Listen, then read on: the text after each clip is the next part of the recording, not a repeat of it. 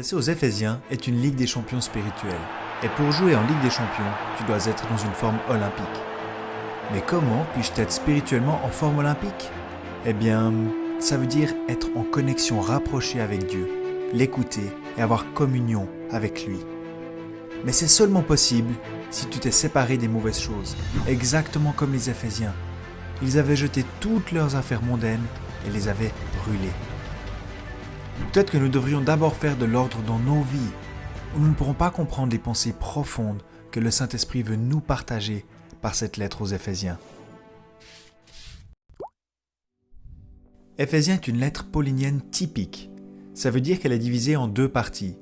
Paul commence souvent par une partie spirituelle et termine par une partie pratique. Et ça fait beaucoup de sens. Par exemple, quand on apprend un nouveau jeu, on commence toujours par les règles avant qu'on y joue.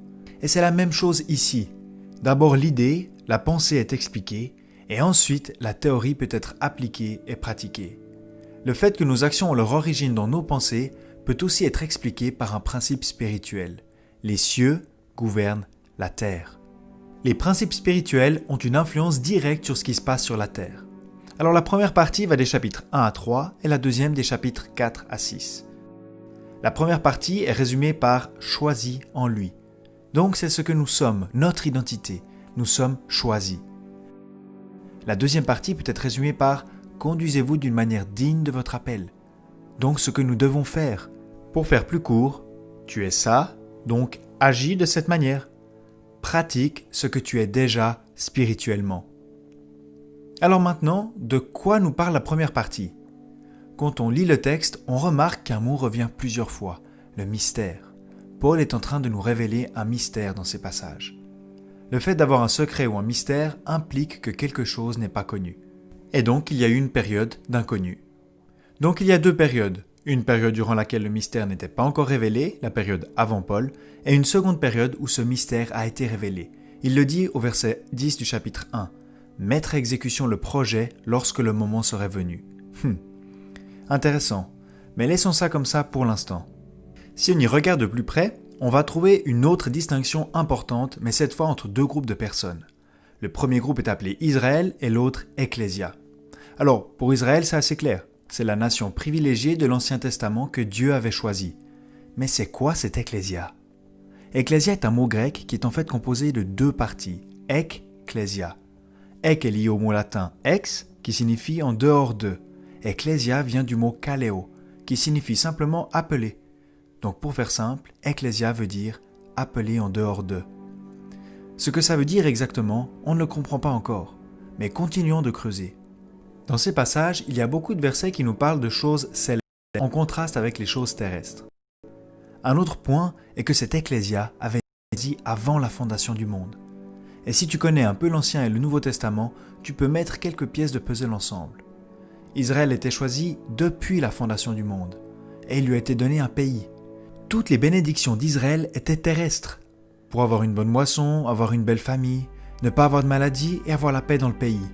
Toutes les promesses étaient liées à ce qui se passait sur cette terre.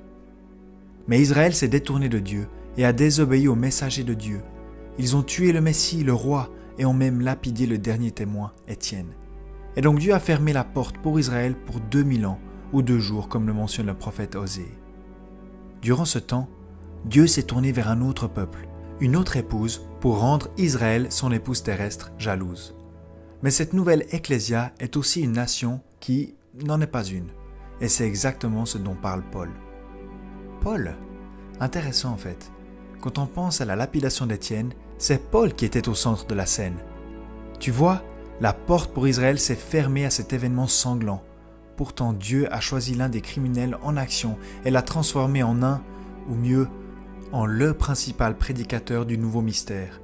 C'est la grâce de Dieu. Ce nouveau mystère implique que Dieu se tourne vers un nouveau groupe de personnes.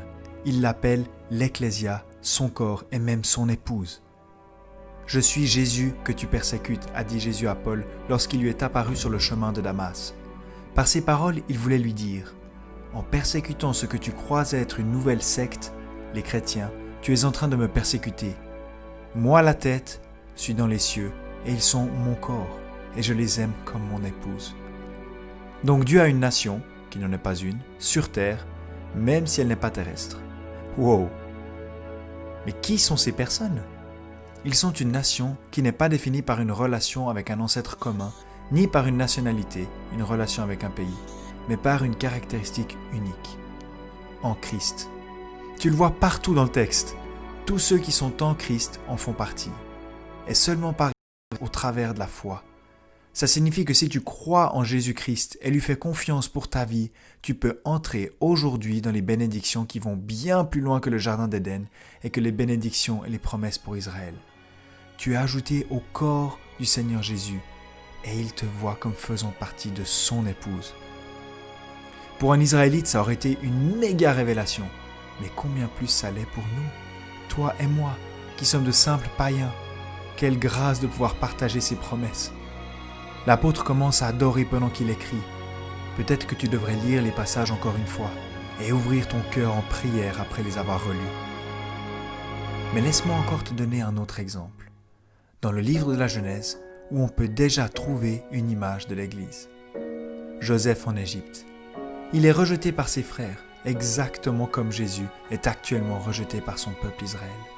Joseph s'occupe du monde, des nations et les sauve, exactement comme Jésus-Christ est devenu le sauveur du monde.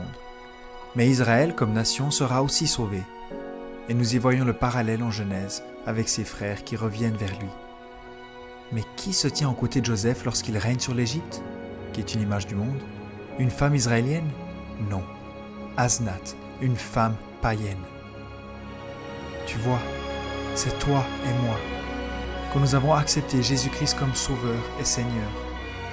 Pendant qu'Israël le rejette, nous pouvons nous tenir à ses côtés dans ce monde et bientôt dans les cieux où Jésus se trouve actuellement et régner avec lui en gloire.